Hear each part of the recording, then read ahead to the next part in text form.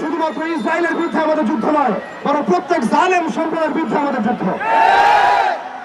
এবং এই বাইতুল মুকাদ্দাস জয় করার পর বিগত 100 বছরে তারা দফায় দফায় কতগুলো যুদ্ধ করেছে মুসলিমদের সাথে, কতগুলো ভাইকে শহীদ করেছে, কতগুলো বোনকে ধর্ষণ করেছে, কতগুলো বাচ্চাকে তারা হত্যা করেছে, এটা কারোরই অজানা নয়। তবুও কেন জানি আমরা মুখে গুলি পেটে বসে আছি, কেন জানি আমরা আমাদের ভাইদেরকে সেখানে মরতে ছেড়ে দিয়েছি।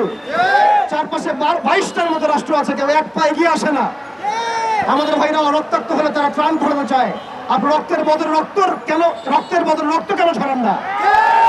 বাইতুল মুকাদ্দাস বিজয় করার জন্য সশস্ত্র জিহাদ ফি সাবিলিল্লাহ ছাড়া আমাদের সামনে কোনো রাস্তা খোলা নাই।